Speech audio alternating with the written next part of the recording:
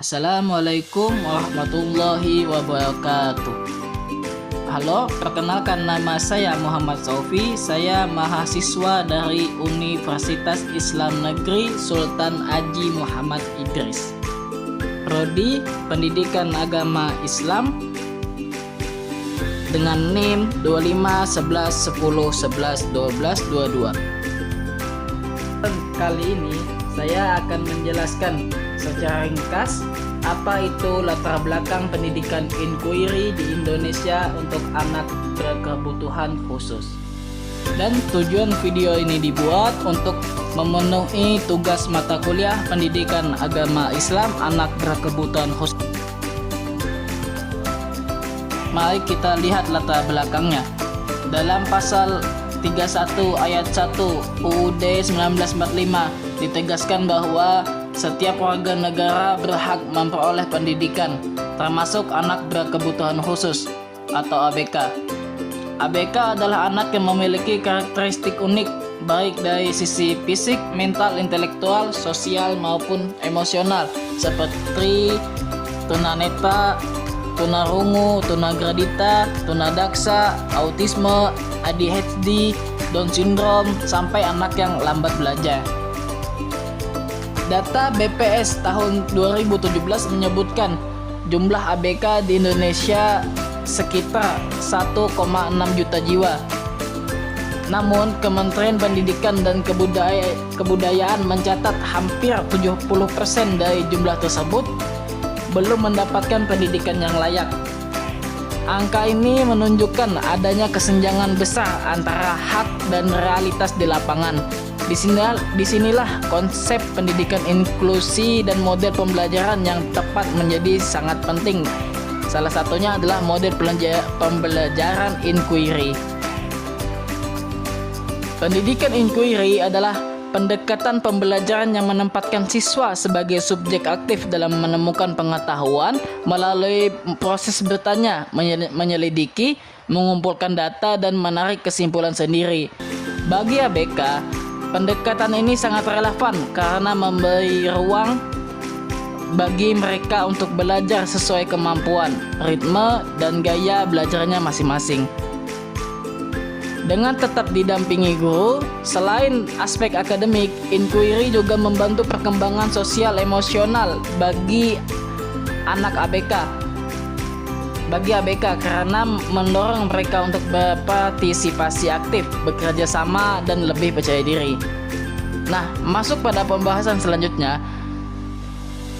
Pada penjelasan berikutnya adalah ini menguraikan konsep dasar pendidikan inquiry.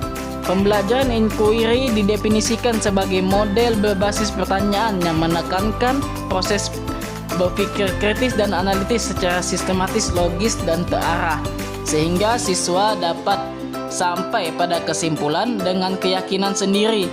Siswa tidak lagi diposisikan sebagai objek, tapi sebagai subjek belajar yang mengeksplorasi, merumuskan pertanyaan, menyelidiki fenomena, dan menemukan ide secara mandiri. Sementara guru berperan sebagai pembimbing dan fasilitator. Ada beberapa prinsip penting dalam pembelajaran inquiry. Pertama, berorientasi pada pengembangan intelektual. Artinya, fokusnya bukan hanya menguasai materi, tetapi melatih kemampuan berpikir. Kedua, berbasis interaksi, yaitu menekankan interaksi aktif antara siswa, guru, dan lingkungan belajar. Ketiga, berpusat pada pertanyaan, karena kemampuan bertanya adalah inti dari proses berpikir. Di sini, guru harus mendorong siswa untuk mengajukan pertanyaan dan menyusun hipotesisnya sendiri.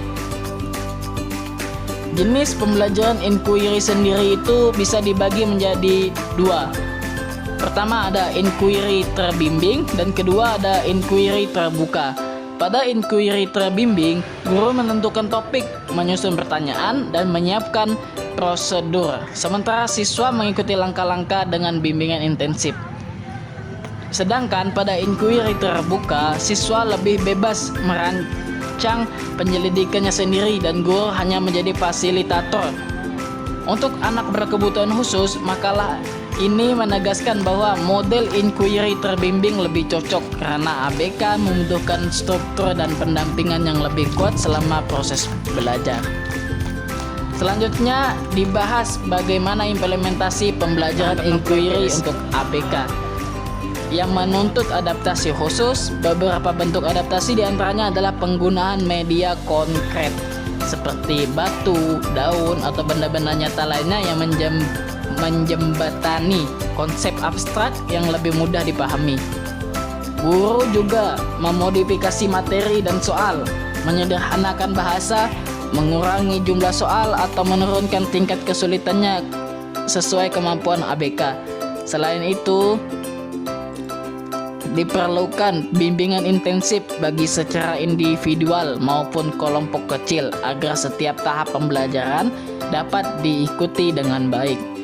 Strategi inquiry untuk ABK yang diangkat dalam makalah saya kali ini antara lain pembelajaran berbasis proyek sederhana yang dekat dengan kehidupan sehari-hari, penggunaan benda konkret dalam menjelaskan konsep, dan pemanfaatan sistem pendampingan teman sebaya. Pendampingan teman sebaya ini bukan hanya membantu ABK untuk memahami materi, tetapi juga untuk menumbuhkan empati dan sifat inklusif di kalangan siswa reguler. Peran guru dalam pembelajaran inquiry bagi ABK sangat sentral. Guru berperan sebagai fasilitator yang menyiapkan media dan sumber belajar yang sesuai, sebagai motivator yang menumbuhkan kepercayaan diri dan semangat belajar ABK, serta sebagai pembimbing yang mengarahkan setiap langkah proses inquiry, mulai dari merumuskan masalah sampai menarik kesimpulan. Guru juga di sekolah inklusi pada bagian kesimpulan kita kali ini menegaskan bahwa model pembelajaran inquiry merupakan salah satu alternatif yang menjanjikan untuk meningkatkan kualitas pembelajaran bagi anak berkebutuhan khusus di sekolah inklusi. Model ini mampu mengembangkan kemampuan berpikir kritis, kreatif, dan pemecahan masalah. Selama didukung adaptasi yang kuat, peran guru yang kuat, dan lingkungan sekolah yang inklusif.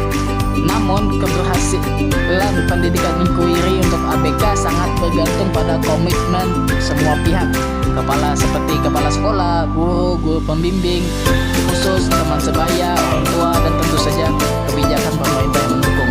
Dengan penerangan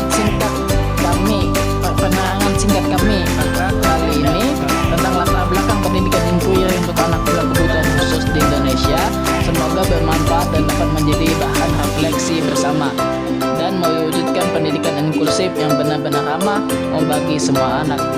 Mungkin sekian dari saya Muhammad Sofi undur diri. Wassalamualaikum.